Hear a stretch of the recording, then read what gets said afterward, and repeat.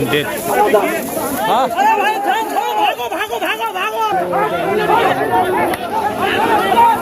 भागो भागो भागो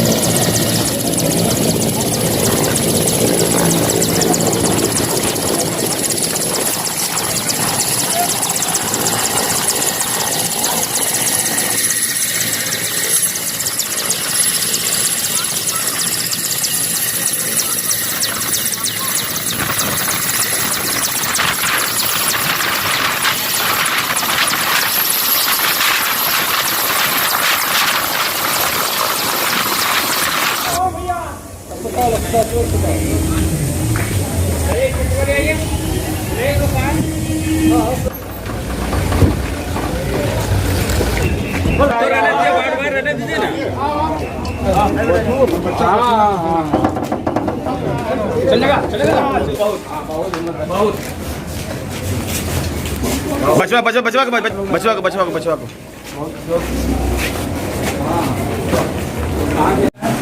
बिहार से। अच्छा, कितने दिन से फंसे हुए थे? 3 दिन से फंसे। कैसा लग रहा था? कैसा लगा था? बहुत दिक्कत हो रहा था ना, पानी वानी नहीं मिल रहा था। कल पानी मिला 3 बजे में 24 घंटा पर। बाबा का पूजा करने आया था। क्या नाम हुआ? धर्मेंद्र भगत। ठीक है, हमको तो देखने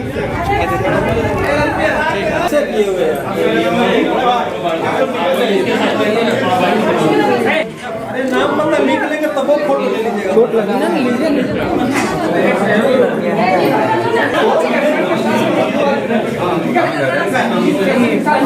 है सर राकेश कुमार मंडल का, तो उसका किस तरह से रेस्क्यू किया गया वो सारा वीडियो आप लोग देख चुके होंगे।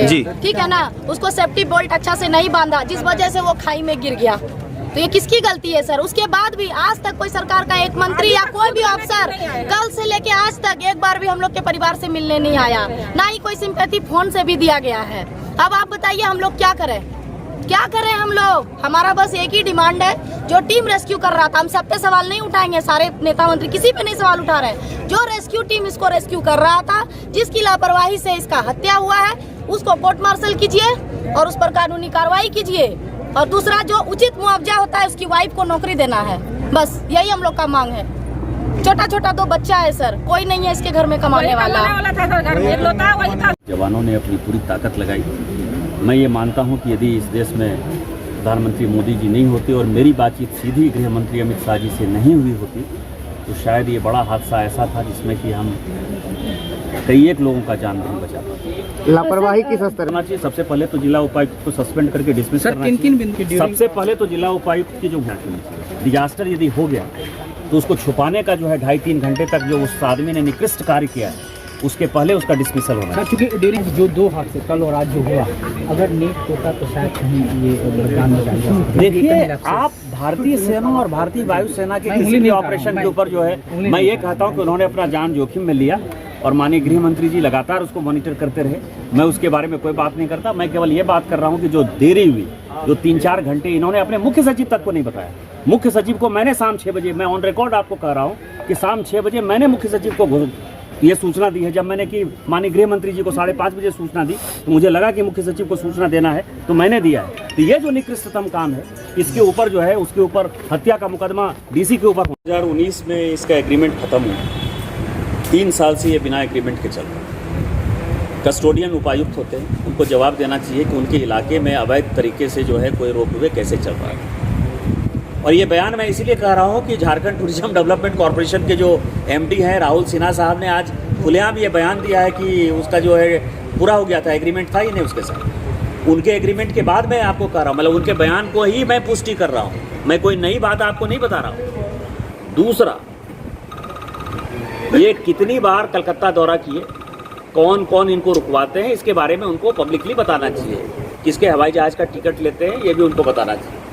तीसरी बात ये है कि 6 बजे तक उन्होंने मुख्य सचिव को क्यों नहीं पता। मैं ऑन रिकॉर्ड कर रहा हूँ कि मुख्य सचिव को मैंने ये जानकारी दी और ये हादसा 3:30 पौने 4 बजे हो गया था। तो इन्होंने 6 बजे तक मुख्य सचिव को क्यों नहीं जानकारी दी। और जब ऑपरेशन शुरू हो गया और जब पता चल गया कि हेलीकॉप्टर आना है, आर्मी का, एयरफोर्स का हेलीकॉप्टर आना है, तो उसके लिए ATF की व्यवस्था इन्होंने क्यों नहीं की। और इस कारण से जो 5-6 घंटे रेस्क्यू ऑपरेशन डिलेड हुआ, उसका कौन जिम्मेवार है।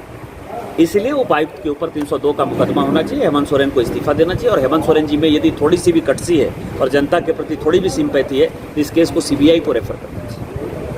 कितने कैजुअलिटी हुई, क्या घटनाएं होंगी, जो सर घायल है, मृतक है? आज करीब 3 दिन से सारे लोग इसमें लगे हुए थे।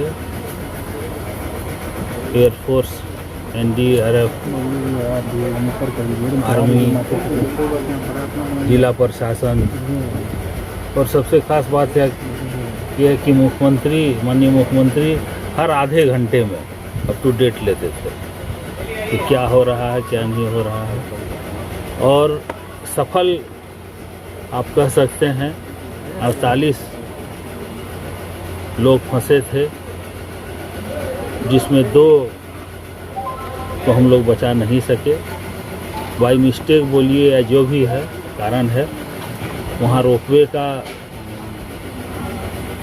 होने के चलते बहुत दिक्कत हो रही थी ऑपरेशन करने में, लेकिन एयरफोर्स की टीम ने बहुत सूझबूझ के साथ इसको सफल किया।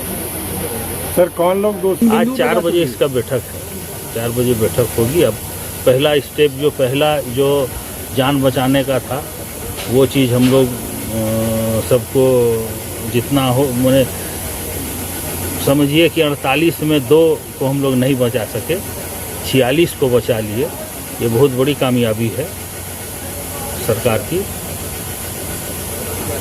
अब इसके आगे जो फेज में है, कल माननीय मुख्यमंत्री भी घोषणा कर चुके हैं कि इसमें उच्च स्तरीय जांच कमेटी बैठाएंगे और जो भी दोषी है उनको बख्शा नहीं जाएगा। 4 बजे सर यही दावा कर रहे हैं कि मेंटेनेंस नहीं हो। 2 साल, जैसे हम यहाँ 2 दिन से हैं, पता चला कि 2 साल से बंद थी रोपवे। अब इसके बाद जो चालू हुआ तो उसमें क्या गड़बड़ी है, किस तरह से कहीं कुछ क्रैक हो गया होगा या कुछ हो गया होगा जिसके चलते इस तरह हुआ। तो इसके लिए 2-3 टीम, एक्सपर्ट टीम बुला करके सब चेक कराए। जैसे बच्चे भी फंसे हुए हैं इसमें, ये बहुत चैलेंजिंग मतलब ये जो घटना हुई है बहुत चैलेंजिंग है। ये इतनी आसान घटना नहीं है जैसा मतलब लोग सोचते या नहीं देखते हैं। एक तो चॉपर से भी मतलब लोगों को निकालना पड़ रहा है और दूसरा अपने आप मतलब जो लोग फंसे उनको रस्सी से जितना हो पाएंगे उनसे रस्सी से भी कल किया हुआ था। जो रेस्क्यू टीम पूरा मतलब कल से मतलब कम से कम अभी 48 घंटे से पूरी लगी हुई है। हमारा यही कोशिश था मतलब सबकी सब मतलब सही सलामत घर पहुँचे और खुशी से भरे, और जो ताकि जो काम हम इसके लिए आए हैं वो बखूबी भी अब निभाए हैं। जो रेस्क्यू हो 3 दिन से तो खाना नहीं है तो डिहाइड्रेशन के कारण हो सकती है और साथ में उनको पैनिक अटैक भी होने की चांसेस होती है। तो ये दोनों चीज़ हम मतलब पहले अब बस हमें देखना चाहिए। Thank you ma'am. सुबह कुल 48 लोग ट्रैप्ड थे जब SDM और DM साहब से हमें रिक्वेजिशन आया था, और आज लगभग दोपहर तक सभी को निकाल लिया गया है। दोपहर तक? हाँ, उनको वहाँ छोड़ना पड़ा था तो उनको भी निकाल लिया जाएगा, लेकिन पहली प्रायोरिटी हमारी सिविलियंस की है। तो कल रेस्क्यू हुआ, क्राफ्ट एंड इनिशियल आने में थोड़ा टाइम लगता ही है, पर आपने देखा है कि कल भी काफ़ी स्मूथली हमने रेस्क्यू किया है और आज भी रेस्क्यू कर रहे हैं जो कि स्मूथली चल रहा है।